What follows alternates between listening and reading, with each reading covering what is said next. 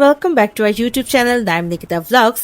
আজকে আমরা এসেছি ডেকচিতে, যেটা হচ্ছে পুরান ঢাকাতে। আর এটার রিভিউ অনেক পাচ্ছিলাম, এটা নাকি খুবই মজাদার। তো আজকে এটার খাবারটা ট্রাই করে দেখবো আসলে কি রিভিউর সাথে রিয়েলিটির কোনো ম্যাচ আছে কিনা। অনেক বড় কোনো দোকান না, খুবই ছোট একটা দোকান। একদম পুরান ঢাকায় নর্মাল যে দোকানগুলো হয়, ছিমছাম ছোটখাটো দোকান, কিন্তু খুব সুন্দর করে তারা ওয়াল আর্ট করেছে। ওয়াল আর্ট গুলো যেমন সুন্দর, ঠিক তেমন তাদের যে পরিবেশটা সেটাও খুব ভালো, মানে খুব পরিষ্কার। সবকিছু মিলিয়ে দেখতে ভালোই লাগছিল। কিন্তু শুধু দেখতে ভালো হলে হবে না, খাবারটা কেমন হবে সেটাই হচ্ছে মূল বিষয়। আর খাবারে তাদের ছিল বিফ চাপ পোলাও এবং বিফ চাপের একটা আলাদা রকমের খিচুড়ি, মাখো মাখো টাইপের দেখেছিলাম। তার সাথে ছিল তেহারি, যেটা সব খাবারের দোকানেই থাকে। আর এটার সাথে ছিল একটা মোরগ পোলাও। আমার কাছে মোরগ পোলাওটা অনেক বেশি ভালো লাগে, তো আমি অবশ্যই এই মোরগ পোলাওটা খাবো, তেহারিও খাবো, আর বিশেষ করে যে চাপ পোলাওটা আছে সেটা ট্রাই করব।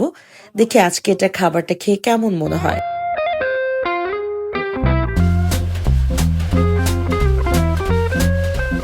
আজকে এসেছি পুরান ঢাকার ডেকচিতে, যেটা হচ্ছে খুবই ফেমাস এখানে। এটা হচ্ছে এক্স্যাক্টলি কাঠের বলে। তো আজকে খাবার এটা ট্রাই করে দেখবো যে তাদের খাবারটা আসলে কেমন। আমি অনেকদিন থেকে অনেক টাইপের রিভিউ পাচ্ছি, অনেক দিন থেকে না বলবো, অনেক মাস থেকে পাচ্ছি। তো আজকে ট্রাই করে দেখা যাবে অ্যাকচুয়ালি এটা কেমন। খিচুড়ি ভালো হয় নাকি? কেমন কেমন তুমি নিতে পারবা, অনেক রাইস অনেক। তুমিও নিতে পারবা, এই জন্য অর্ডার করেছি। বাট আমি হাত ধুইনি, আগে হাত ধুয়ে আসি। Let's try it.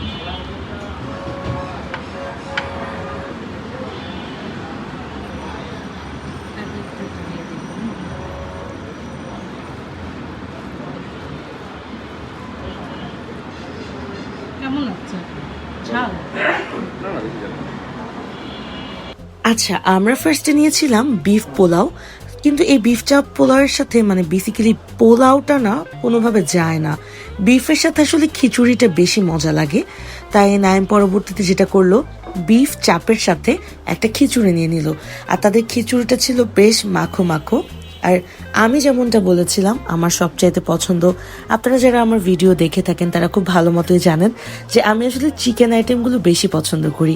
তো আমার কাছে মোরগ পোলাও অনেক বেশি ভালো লাগে।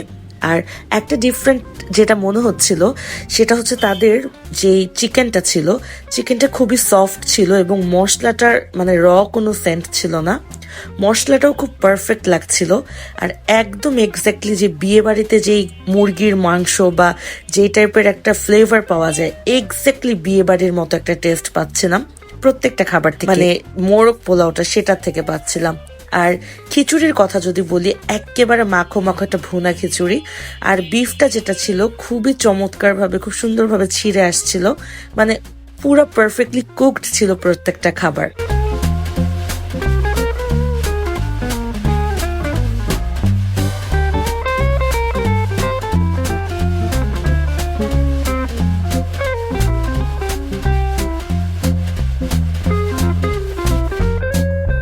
আর ঘরের চিকেন ছাড়া বাইরের চিকেনের এই হাড্ডি আমি কখনোই চিবাই না, কারণ আমার কাছে একটু কেমন যেন লাগে। বাট এবার আমার কাছে মনে হলো এটার হাড্ডি খেয়ে সত্যি বিয়ে বাড়ির ফিলটাই পেয়েছি। খাবারগুলো ভালো ছিল।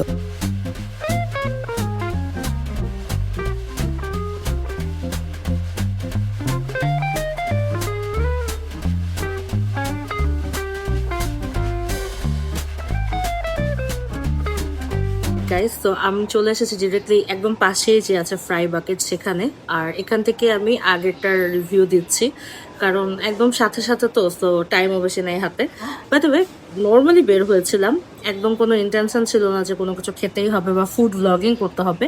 বাট তারপরও যখন আমি দেখলাম, ভাবলাম যে আমি এখানে যাই অ্যান্ড ট্রাই করে দেখি। সো আমি যদি ওভারঅল বলি যে বিয়েবাড়ির যে একটা সেন্ট থাকে না, একটা অন্যরকম ফ্লেভার, অনেক বছর পর আমি সেই ফ্লেভারটা এক্স্যাক্টলি পেয়েছি।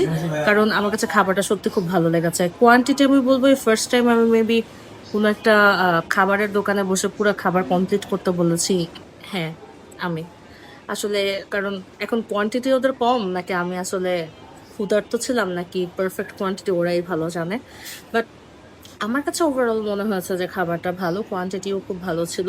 আর বিশেষ করে চিকেন যেটা ছিল, রেজালাটা মানে মোরগ পোলাও তো বেসিক্যালি, তো সেই রেজালা টাইপের যে চিকেনটা ছিল সেটা খুবই মজা ছিল। আর প্রাইস ছিল মাত্র 150 টাকা।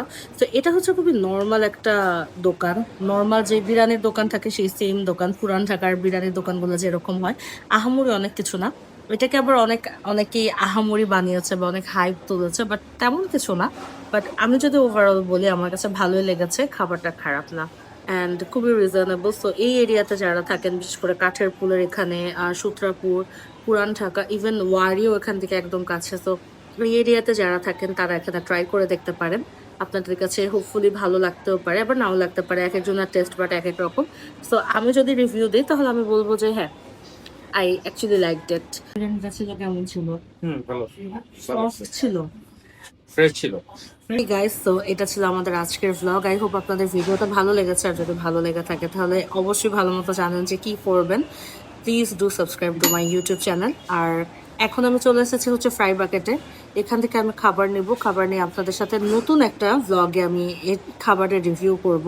কারণ এখানে অনেক দিন থেকে এই অফারটা দেখছি, আমি জানি না এই অফারটা অ্যাকচুয়ালি কেমন হবে। আমি ফ্রাই বাকেটে এর আগে একবার ট্রাই করেছিলাম, ইট ওয়াজ হরেবল। আমি জানি না আজকে কেমন হবে, পুরা 1000 টাকায় কি আমার মায়ের যাবে নাকি খেয়ে শান্তি পাবো। তো সেটা বাসায় যে আপনাদের সাথে শেয়ার করব। আপাতত আজকে বিদায় নিচ্ছি, দেখা হবে নতুন আরেকটা ব্লগে। সবাই ভালো থাকবেন।